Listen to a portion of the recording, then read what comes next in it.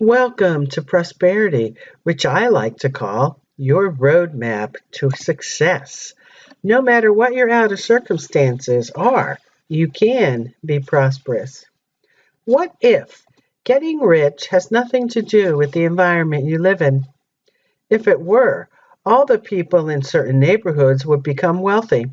The people of one city would all be rich, while those of another town would all be poor.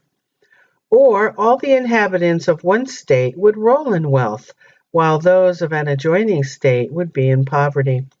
But everywhere we see rich and poor living side by side in the same environment and often engaged in the same vocations.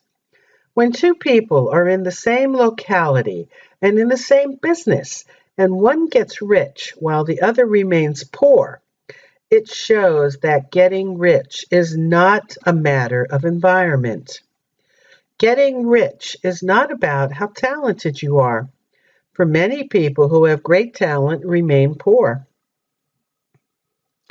Looking at people who have gotten rich, we find that they are average, having no greater talents and abilities than other people have. Getting rich is not the result of saving or thrift. Many very stingy people are poor, while free spenders often get rich. Getting rich is not due to doing things which others fail to do. For two people in the same business often do almost exactly the same things, and one gets rich, while the other remains poor or becomes bankrupt. Getting rich is not a matter of choosing some particular business or profession. People get rich in every business and in every profession, while their next door neighbors in the very same vocation remain in poverty. And no one is prevented from getting rich by lack of capital. True, as you get capital, the increase becomes more easy and rapid, but one who has capital is already rich, so doesn't have to think about how to become richer. Talented people get rich, goofy people get rich, intellectually brilliant people get rich, and intellectually slow people get rich. Physically strong people get rich, and weak and sickly people get rich. So, what does getting rich have to do with?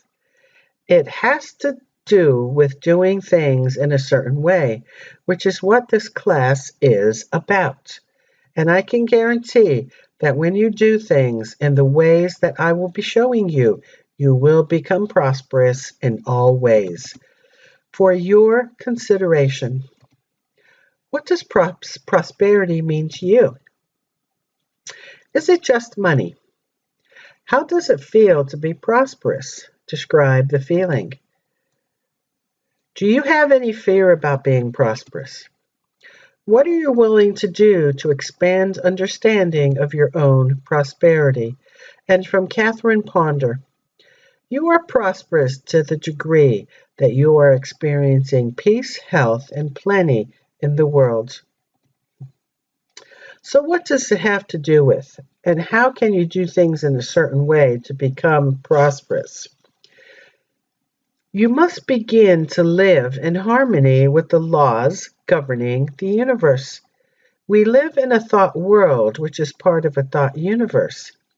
Everything in our physical world first existed as a thought. We cannot manifest anything until we have a thought about the thing.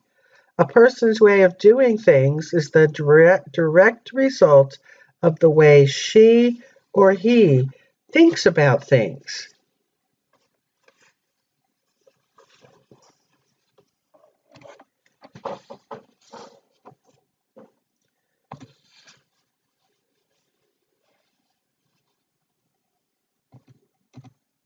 You, you, the person taking this class, you who's listening right now, you have the right to be rich.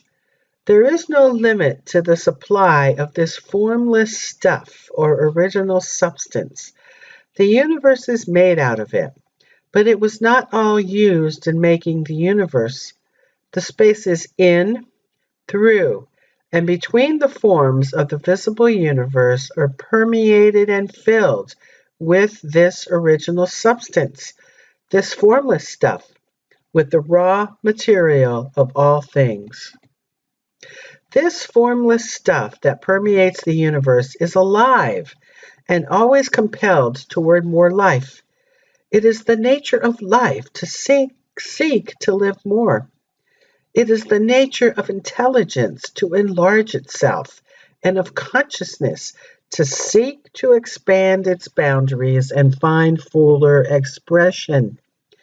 Everything we see in physical form has been made from this formless, living substance, throwing itself into form to express itself more fully.